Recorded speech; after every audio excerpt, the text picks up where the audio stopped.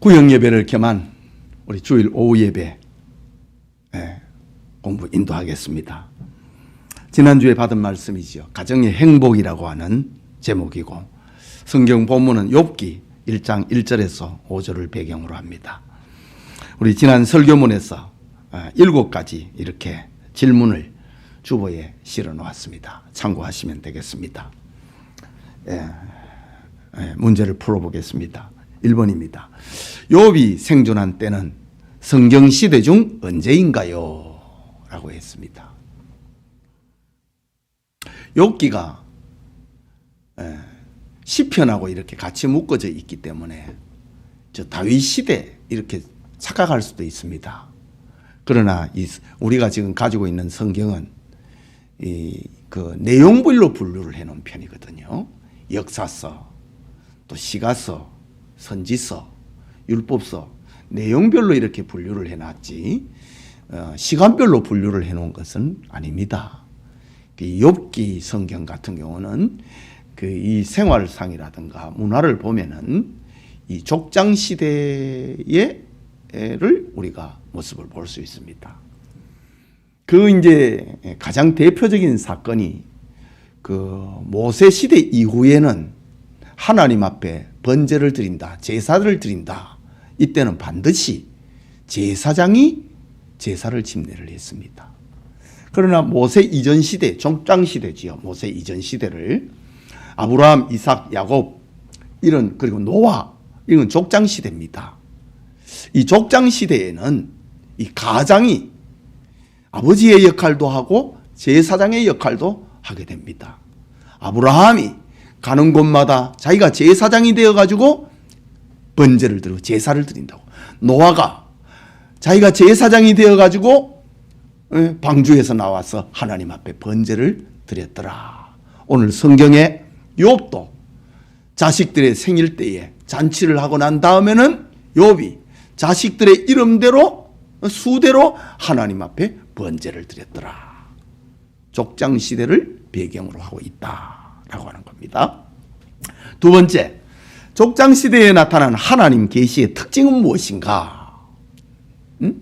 율법 시대 이후에는 기록된 성경을 가지고 하나님을 만납니다. 창세기, 출애굽기, 레위기, 민수기, 신명기가 언제 기록됐습니까?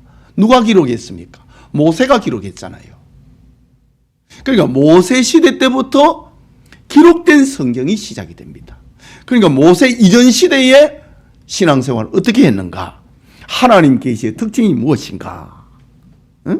이때는 성경을 가지고 하나님을 배우는 시대가 아니고 구전과 전해 내려오는 하나님의 말씀, 구전과 간헐적 하나님 체험으로 하나님을 배우는 이때를 가리켜 원시 계시 시대다.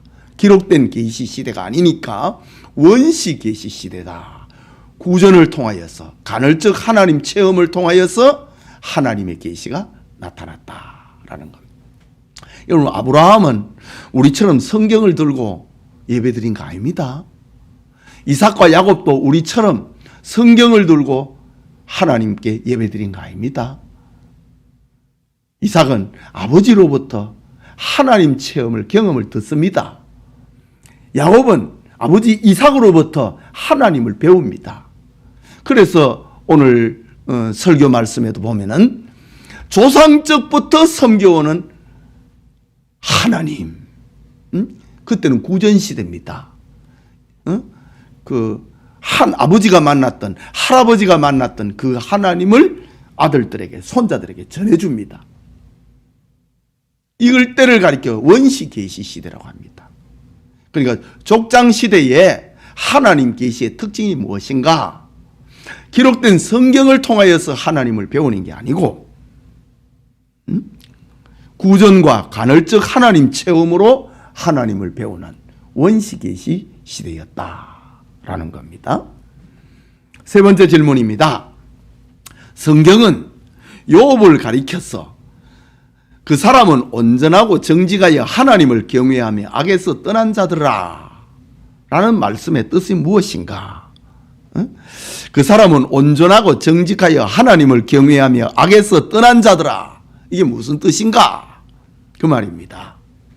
하나님 앞에서 죄 없는 의인이라는 뜻이 아니고 도덕적이고 경건한 신앙인이었다는 말을 강조하기 위해서 성경은 이렇게 욥에 대해서 수식하고 있는 것입니다. 죄 없는 의인이 아니고 경건하고 도덕적이고 하나님을 잘 믿는 사람이었다. 그런 뜻입니다. 네 번째 질문. 하나님과 바른 관계는 우리에게 어떤 축복을 주나요? 질문입니다. 하나님과 바른 관계는 설교문에서 그 답을 한번 찾아보시면 되겠습니다. 하나님과 바른 관계는 우리에게 어떤 축복을 주는가? 불안을 없애고 염려를 없애고 기쁨을 줍니다. 그리고 가정에 생명과 희망을 줍니다. 하나님하고 바른 관계는 첫째는 불안을 없애준다. 하나님과의 바른 관계는 염려를 없애고 기쁨을 준다. 하나님과의 바른 관계는 가정의 생명이고 희망을 준다. 라고 답을 그렇게 찾으면 되겠습니다. 다섯 번째 질문. 욥은 하나님이 주신 축복을 바르게 사용했다고 하는 성경적 근거가 무엇인가? 설교문에서 그리고 성경에서 한번 찾아보자 이거죠. 욥이 하나님이 주신 그 이제 가정의 행복은 하나님이 주신 축복을 바르게 사용함을 통해서 그 축복이 그 행복이 계속된다고 하는 진행된다고 하는 그런 말씀인데 그 성경적 근거가 뭐냐 이거지요. 뭐 말을 만들기 위해 가지고 하는 말이 아니고 1장 3절에 보면은 이 사람은 동방 사람 중에 가장 훌륭한 자라라고 했습니다. 동방에서 동방 사람 중에 가장 훌륭한 자다. 이런 명예를 얻었다 이거지요. 이런 명예를 욥이 무엇을 통해서 얻었냐는 거지요. 하나님이 주신 그 축복을 선하게 사용을 했다 이거죠. 하나님을 위해서, 이웃을 위해서 선하게 사용을 하니까 참 훌륭한 사람이다. 이런 명예를 사람들로부터 얻게 됐다. 자기만을 위해서 살면은 그게 무슨 칭찬을 받습니까? 이렇게 선한 명예를 얻었다는 것은 훌륭한 사람이다. 동방에서 가장 훌륭한 사람이다. 라는 명예를 얻었다는 것은 그가 받은 축복을 가지고 하나님을 위해서, 이웃을 위해서 사용했다. 라는 그런 성경적 근거가 되는 것입니다. 여섯 번째 질문입니다. 하나님 중심으로 자녀를 교육한 욥은 아들들의 생일잔치가 끝날 때마다 하나님께 번제를 드렸습니다. 그 이유가 무엇인가요? 1장 5절에서 그리고 설교문에서 찾을 수 있습니다. 욥이 아들들의 생일잔치가 끝나면은 하나님께 번제를 드렸는데 그 이유가 무엇일까? 성경에서 찾아보면은 혹시 내 아들들이 죄를 범하여 마음으로 하나님을 욕되게 하였을까 함이라. 참 대단하지요. 지금 마음으로 짓는 죄를 위해서 욥은 자식들이 마음으로 짓는 죄를 위해서 하나님 앞에 용서해 주십시오. 이런 번제를 드렸다. 욥의 행사가 항상 이러했다라고 성경은 말하고 있습니다.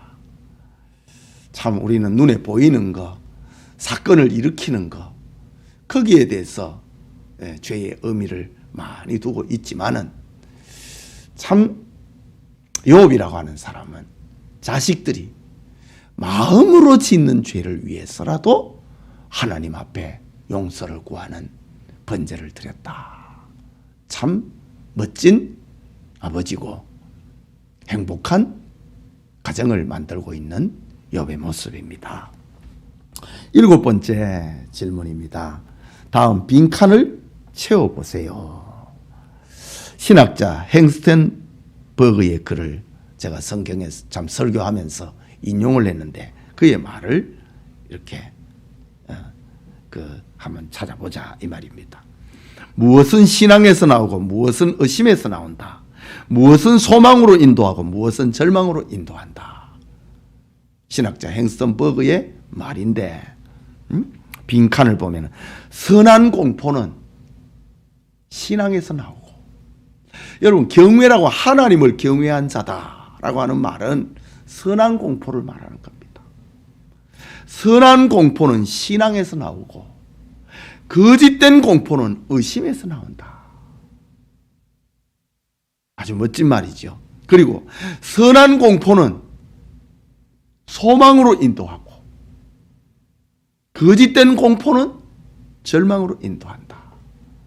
욥은 하나님을 경외하는 신앙을 가지고 있었기 때문에 선한 공포를 가지고 있었고, 그 선한 공포는 욥을 소망으로 인도했다. 그런 말이지요. 두 번째 갈로를 찾는 거지요. 철학자 보이티우스의 말을 인용을 했는데 그 말을 한번 찾아보자 이 말입니다. 인간은 무엇에 참여함으로써만 참으로 행복해진다 라고 했는데 그 빈강이 뭐냐 이거죠. 인간은 신의 성품에 참여함으로써만 참되게 행복해진다. 철학자 보이티우스의 말입니다. 그렇습니다. 하나님의 성품에 우리가 참여할 때에 우리는 행복해집니다. 왜? 우리는 하나님의 형상으로 지음을 받았기 때문에. 범죄하여서 하나님의 형상이 우리에게 깨졌습니다. 그렇지만은 우리가 하나님의 형상, 하나님의 성품에 우리가 가까워질 때에, 본받을 때에 사람은 정말 행복해지도록 지음을 받았다. 그런 말을 철학자 보이티우스가 말했습니다. 그 다음에 신명기 10장 13절에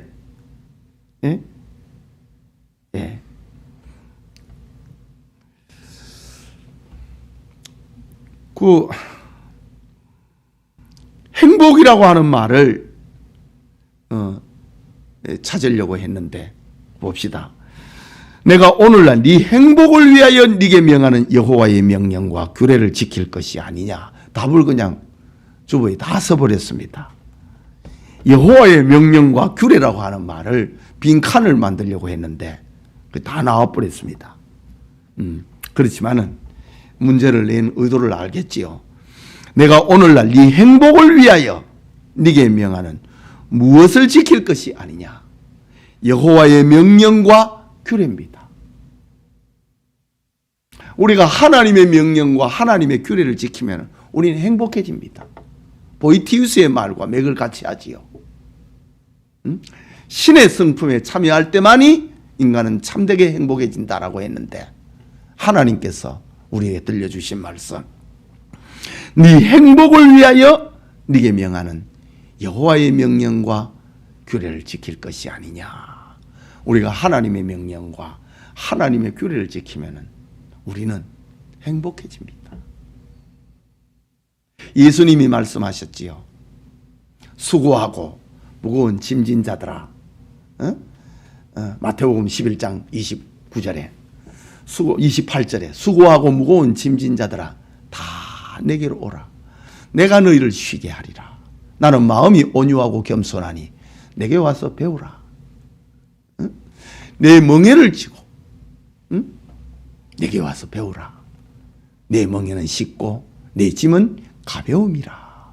하나님의 명령과 규례는 무거운 게 아닙니다. 그걸 지키면 지킬수록 우리는 행복해지는 겁니다. 그래서 예수님은 내 멍에는 내 짐은 쉽고 가볍다라고 말씀하십니다. 주님의 짐을, 주님의 멍에를 짊어지면은 우리는 쉼을 얻는다. 이 같은 의미이지요. 자, 그 다음에 설교문에서 지난주에 설교의 마지막 결론 부분에 나오는 문장인데 이 빈 칸을 채워보자. 행복한 가정은 창조 원리에 따라서 하나님이 무엇이 되어야 된다? 주인이 되어야 됩니다. 가정의 행복은 하나님과의 바른 관계에서 시작되고 가정의 행복은 하나님이 주신 축복을 바르게 사용하면서 진행되고, 가정의 행복은 자녀들을 하나님 신앙으로 교육할 때에 계속된다. 시작과 진행과 계속. 시작은 하나님과 바른 관계에 있을 때 행복이 시작되고, 하나님이 주신 축복을 바르게 사용을 할 때에 가정의 행복은 진행이 되고, 그리고 가정의 행복은 자녀들을 하나님 신앙으로 잘 가르칠 때에 계속된다 라는 그런 설교문의 마지막 결론의 말씀입니다. 우리 성도님들의 가정에 참된 행복을 찾는 그런 은혜 있기를 소원합니다. 기도합시다. 하나님 아버지, 은혜를 감사합니다. 지난주에 받은 말씀 다시 복습하게 하시고 가정의 행복이라고 하는 메시지를 새기게 하시니 감사합니다. 행복의 시작과 진행과 그리고 계속이라고 하는 그 의미를 잘 생각하고 하나님과의 바른 관계에서 하나님이 주신 축복을 사용함에 있어서 그리고 자녀들을 하나님 신앙으로 잘 가르치면서 행복을 계속하게 만드는 그런 축복의 원리가 우리 성도들의 가정에 충만하게 하여 주시옵소서. 예수님 이름으로 기도합니다. 아멘.